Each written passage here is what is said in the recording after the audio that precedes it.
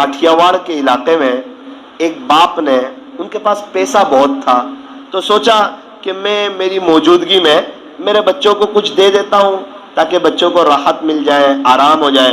باپ نے 4 بڑے شاندار بنگلے بنائے، بڑے عالیشان بنگلے بنائے۔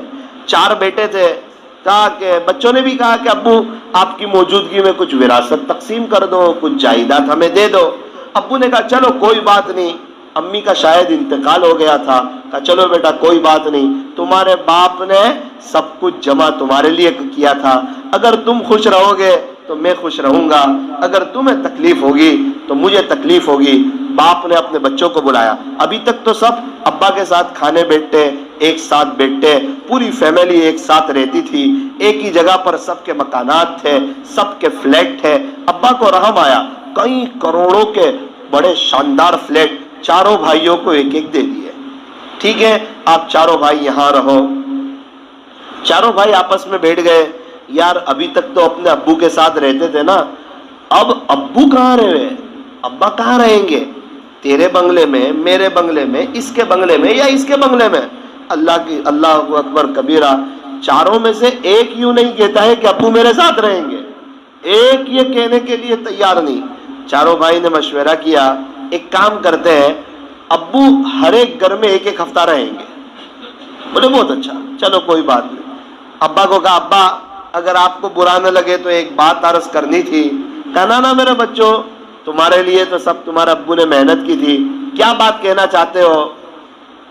کہا کہ ہم نے یوں سوچا ہے کہ آپ کی باری لگ جائے اور ایک ایک ہفتہ آپ یہاں چاروں بھائیوں کے یہاں رہو۔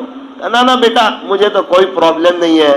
ان کے ابو ایک جگہ تھی وہاں گئے، تنہائی کی جگہ میں، اور رونے لگے کہ جس بچے کے لیے پوری زندگی لگا دی، پوری جوانی کھپا دی، سر عام بازاروں میں پسینہ بہایا، آج یہ بچے جوان ہوئے، ان کو کروڑوں کی جائیداد دے رہا ہوں، میری باری لگا دی، لیکن سوچا کیا کر سکتا ہوں، میری تو بیوی کا بھی انتقال ہو چکا ہے اور یہ بچے بھی اب اپنی فیملی میں مست ہو گئے ہیں، انہیں تو ان کی بیوی کی بات اچھی لگتی ہے، ابو کی بات بڑی کڑوی لگتی ہے، کوئی بات نہیں، یہ اپنا بچپنا بھول گئے، وہ ماں باپ کا ساتھ رہنا بھول گئے، وہ ماں باپ کی ادائیں، وہ ماں باپ کی باتیں، اور وہ باپ کا پیار سے بیٹا کہنا اور ماں باپ کے آغوش میں لیٹنا، وہ بچپنا بھی کیا خوب تھا۔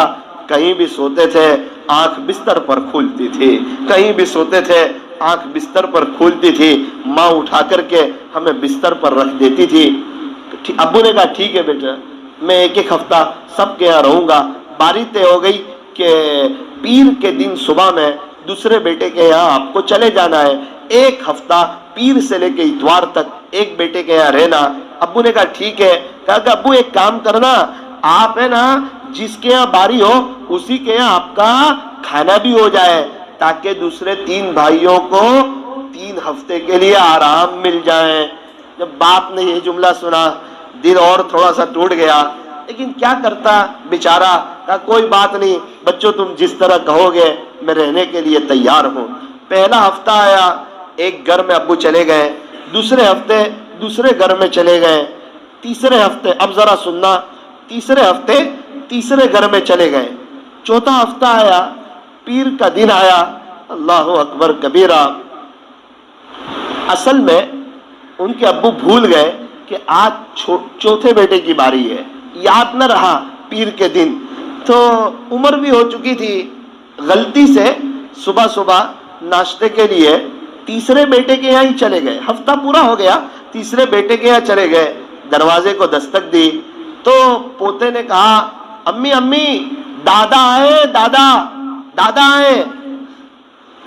تو ماں نے اندر سے کہا بیٹا دادا سے یوں کہہ دے ہماری باری نہیں ہے، بازو والے کی باری ہے۔